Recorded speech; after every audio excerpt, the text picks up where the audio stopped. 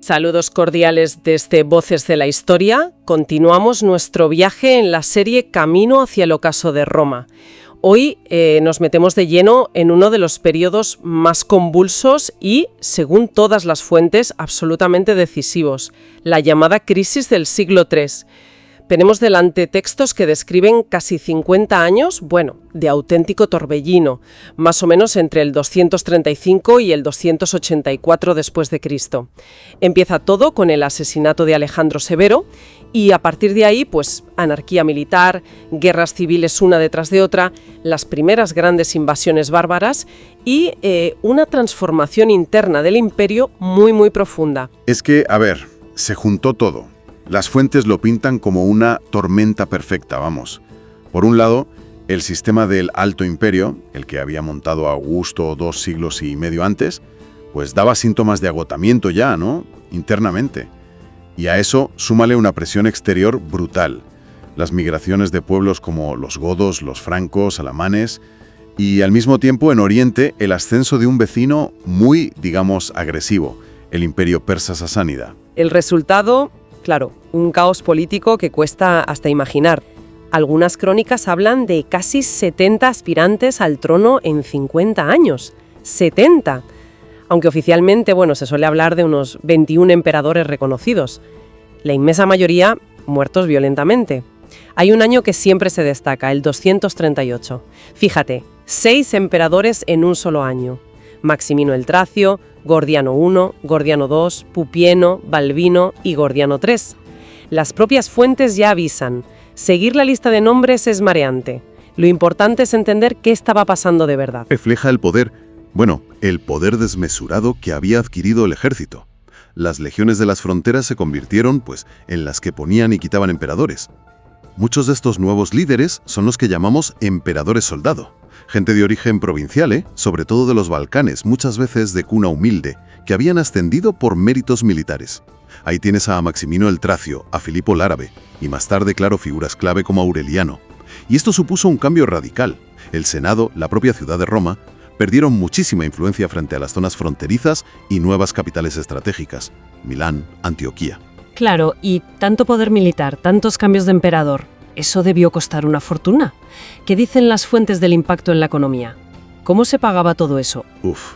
El impacto fue devastador. Hablamos de una hiperinflación galopante. Una causa principal que señalan las fuentes es la devaluación constante de la moneda. ¿Para qué? Para poder pagar a las tropas. El denario de plata, la moneda clásica, prácticamente desapareció. Se recurrió a monedas como el antoniniano, que, se introdujo valiendo supuestamente 2 denarios, pero acabó perdiendo casi toda la plata. Era casi de bronce al final. Y claro, el gran comercio se resintió muchísimo. Se volvió en muchos casos al trueque, a una economía más local, de subsistencia, centrada en las grandes fincas, los latifundios. Y eso, lógicamente, transformó la sociedad romana de arriba abajo. Completamente. Las ciudades, por ejemplo, entraron en declive. Un síntoma muy claro es que muchas necesitaron amurallarse por primera vez en siglos. Las famosas murallas aurelianas de Roma. Esas mismas. El ejemplo más famoso. Obra del emperador Aureliano, precisamente.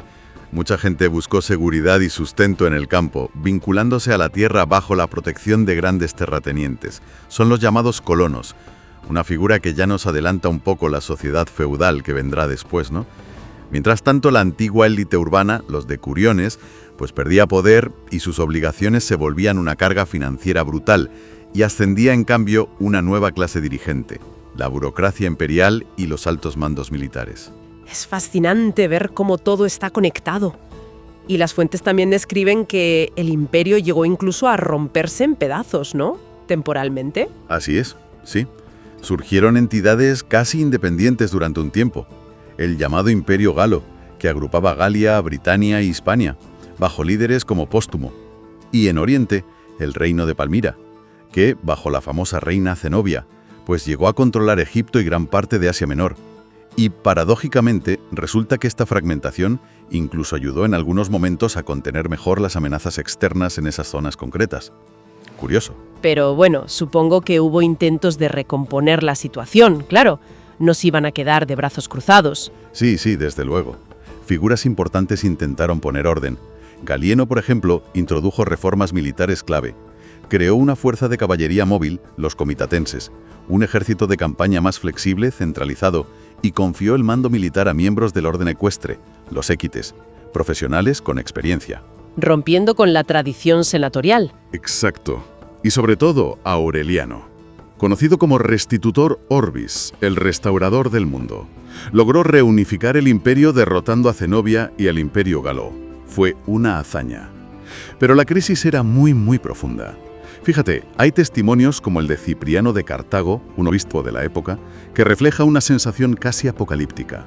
Hablaba de un mundo envejecido, de cosechas pobres, minas agotadas, un desasosiego general. Entonces, si tuviéramos que sacar la esencia de este periodo tan convulso, según lo que nos cuentan las fuentes, ¿cuál sería? Pues yo diría que fue el parto doloroso de una nueva era. El sistema del Alto Imperio tal como se conocía murió en esta crisis. Se acabó. Pero Roma, aunque quedó profundamente transformada, demostró una resiliencia increíble. Sobrevivió. Una supervivencia que implicó, eso sí, una reorganización total del sistema. Exacto. La crisis dejó clarísimo que hacía falta una reforma estructural profunda. Las medidas de Galieno, de Aureliano y sobre todo las que implementará Diocleciano, justo después, que será quien ponga fin a esta anarquía e inaugure el dominado, pues sentaron las bases del Bajo Imperio. Una Roma muy diferente a la de Augusto o Trajano. Una transformación apasionante, que por supuesto seguiremos explorando aquí en Voces de la Historia. Y nos deja una pregunta flotando, ¿no? ¿Qué estructuras o qué cambios que nacieron en la convulsión de aquel siglo III podrían tener ecos, quizás inesperados, en los desafíos que afrontamos hoy en día? Ahí queda esa reflexión. Si este análisis les ha resultado útil, interesante, les invitamos a suscribirse a Voces de la Historia y a compartir este contenido. Su apoyo es fundamental para que podamos seguir divulgando estos fascinantes capítulos de la historia. Nos vemos por las calzadas del Imperio, camino al ocaso de Roma.